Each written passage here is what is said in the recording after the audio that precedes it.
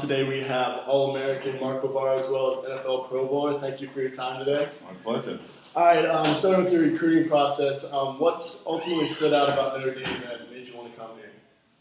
Well, it was a bunch of things, but the campus was beautiful. I liked the student body. I liked the makeup of the kids. I felt at home here, and I liked the football team. I wanted to come and compete at the highest level of college football.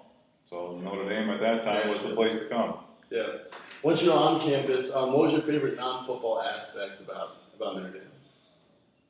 There was, being a football player at Notre Dame, there really wasn't a whole lot of off-the-field activities. We were very busy, had tight schedules, a lot of schoolwork, but probably the best activity was just hanging out with my buddies in their rooms and getting to know and see what kids were like in all other parts of the country, because I think back about all my teammates, and they really were from almost every state in the country. Mm-hmm. During your freshman year, you had the opportunity to watch and play under Tony Hunter. What about watching his game helped you improve your game? Well, my freshman year, I watched Dean Mastek. He was the tight end. Okay. And he was a great tight end. I mean, he really would have been a phenomenal pro. After being in the pros and seeing what it was all about, he was a prototypical tight end. He was a great guy. He took me under his wing, even though I was a freshman and he was an All-American. I mean, he treated me like an equal. He couldn't have been nicer. It was a tragedy that he blew his knee out and ended his career here at Notre Dame. Tony didn't stop playing tight end until Dean blew his knee out. And then I watched Tony a little bit, but Tony really wasn't a tight end. He was a wide receiver, flanker who outgrew his position. Today he'd still be a wide receiver, because they like those big guys now. But back then, he was 6'4", 240, 250 maybe. It was just a little too big for a wide receiver for that day and age. But I watched Tony. He was a great athlete. Good hands, good work ethic, and he was a good guy as well. Mm-hmm. What would you say is your favorite in-game memory or moment? That's a tough one because we didn't have a whole lot of highlights in my career. Yeah. Probably the biggest memory I have is the Pitt game out at Pittsburgh. I think they were like 6-0. Dan Marino was the quarterback. I think they might have been ranked number 1. I'm not sure.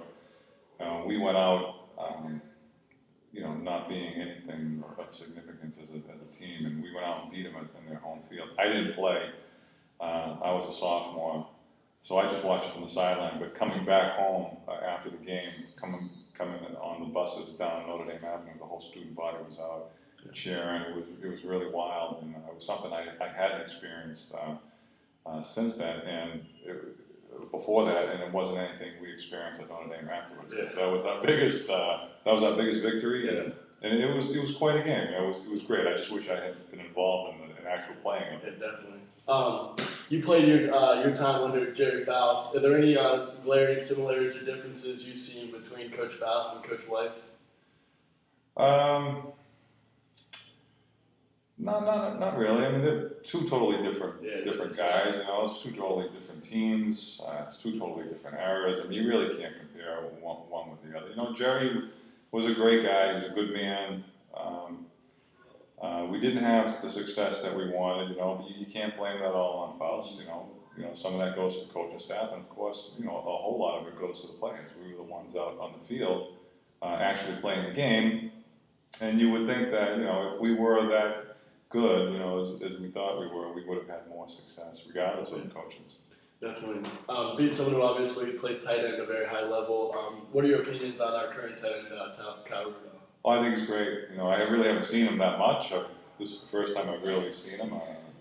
When I saw him, in fact, the first time I saw him was when he caught that ball against Nevada in the end zone. Mm-hmm. And right there, plays like that, from my perspective as a former tight end, those things really caught my eye. I don't usually get excited about tight ends. I'm kind of, strict and picky about who I will call a good tight end now, but Kyle Rudolph is certainly a pretty good tight end right now, and I think he has the potential to be a great tight end, not only in college but in the NFL. Yeah, being someone who has the potential to go to the NFL, what advice would you give to college players entering the draft? Well, my advice to Notre Dame players would be, stay here as long as you can. This is a great experience. A lot of people think that the NFL is the land of milk and honey, and it's really not. I was talking to somebody earlier. The facilities here are phenomenal. Yeah, you're not going to find anything like that in the pros. You're not going to find the family atmosphere, the family environment that you will at Notre Dame. You're not going to find that in any city in the country. And it's a cutthroat business out there. You either perform or you're out. At least here, you're always part of the family, regardless of how you play. As long as you keep your grades up, you're a donor and you get to stay here. And if I had to do it over again, I stayed for 4 years. I had a 5th year coming, but I chose not to do it. If I was playing under these circumstances, things might have been different. This is a great place right now. It's a lot better than it was when we were here. Yeah.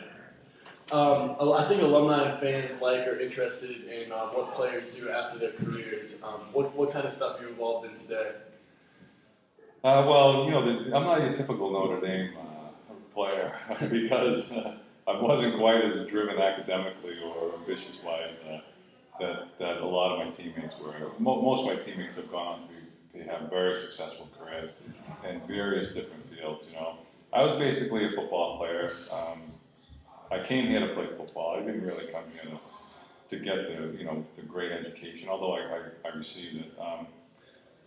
And I had success in the NFL. So to me, football was my main goal, and I didn't think about anything else.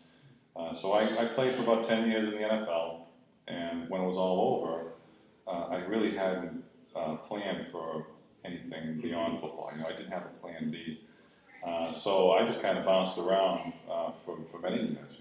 Fortunately, I had success in the NFL. I had monetary success, so I was able to, coast a little while. And I enjoyed my time off. But I was definitely not driven like my teammates who went into business or went into whatever career, and they really put their all into it. I just kind of floated around for a while, and I still kind of dipped in here and there without jumping into anything full time. What would you say you took away from your Notre Dame experience that has helped you later in life most? Well, the biggest thing I took away from Notre Dame was a girl I met in 1985. She's a grad. She's 86 grad. I'm an 85 grad. We started dating right at the end of my senior year, and we got married. We're still together. So Notre Dame is a constant reminder to me in my house because she's there, and we have 3 beautiful kids, and I wouldn't change a thing. All right, Mike Bavaro, thank you very much for your time. Thanks, Griffin. Thank you.